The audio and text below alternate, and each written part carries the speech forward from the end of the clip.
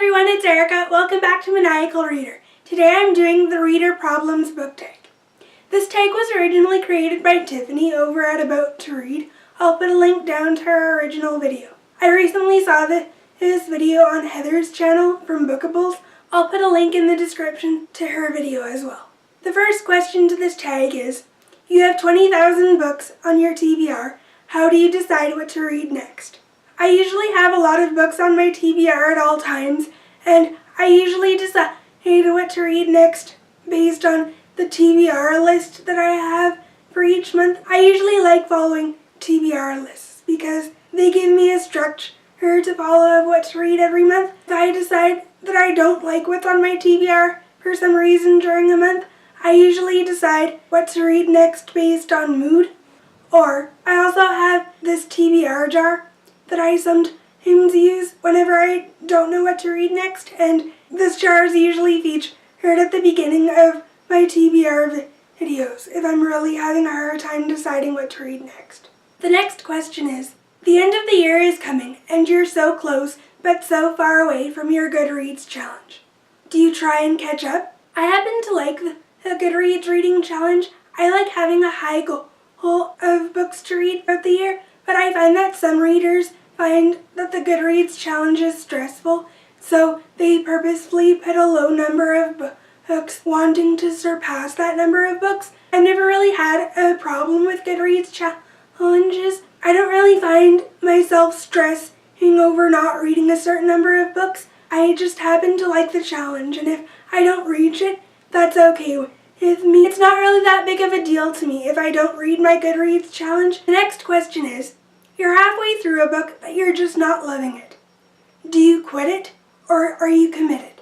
If I'm halfway through a book, I'll definitely finish it because I've spent all this time reading the book, and I always find myself thinking, well, if you're not liking it, maybe there's a twist in the plot or something that will make the book better. So I most likely will finish the book.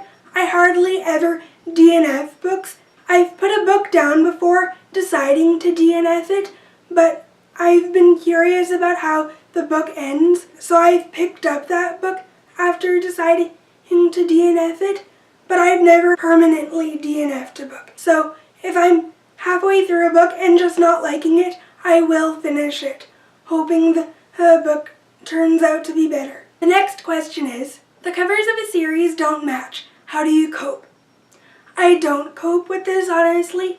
If a book series changes the design of the covers halfway through the series, I don't like that. If the book series has matching covers out that come out later, I will buy the series again just so I have the matching covers. I'm the kind of person who will never settle when it comes to having mismatched covers in a series. So I always find a way to rectify this problem. Everyone and their mother loves a book, and you really don't like it. Who do you bond with over shared feelings?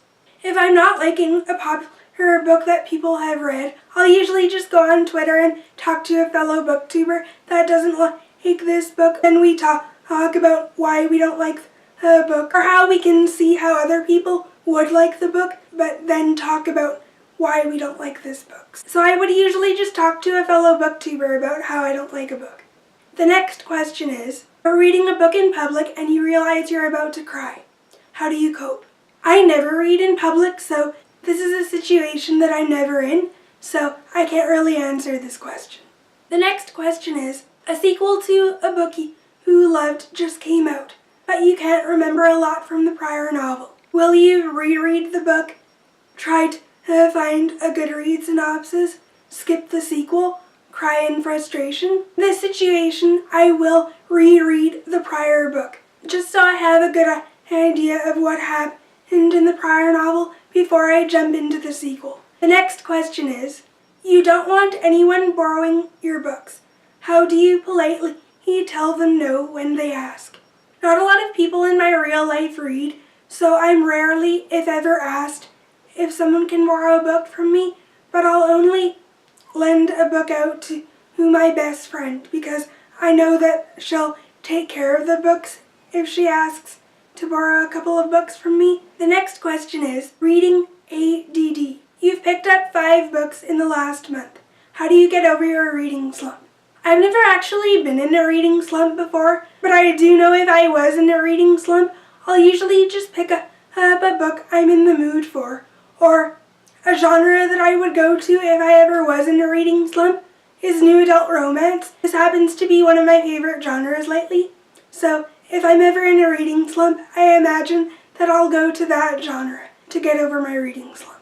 The next question is, there are so many books coming out that you want to read. How many do you actually buy? I don't read new releases often, and if I ever do read a new release, I'll usually pick it up from the library, especially if that book is the first book in a new series that I'm not sure if I'll like. And the final question is, after you've bought many books that you can't wait to get to, how long do those books sit on your shelf before you get to them? I'm not sure. I feel like when I buy new books, I am interested in reading them, but not right away since I usually have a planned TBR, so I feel like those books would be sitting on my shelf for a while. There are many books that I have purchased that I am still interested in reading, but they've been sitting on my shelf for a couple of years. I imagine they would be sitting on my shelf for a while, unless I'm absolutely desperate to get to them right away. Those are all of the questions for this tag. Comment down below and tell me what your answers to these questions might be. I hope you guys enjoyed it. I'll see you guys in my next video. Bye!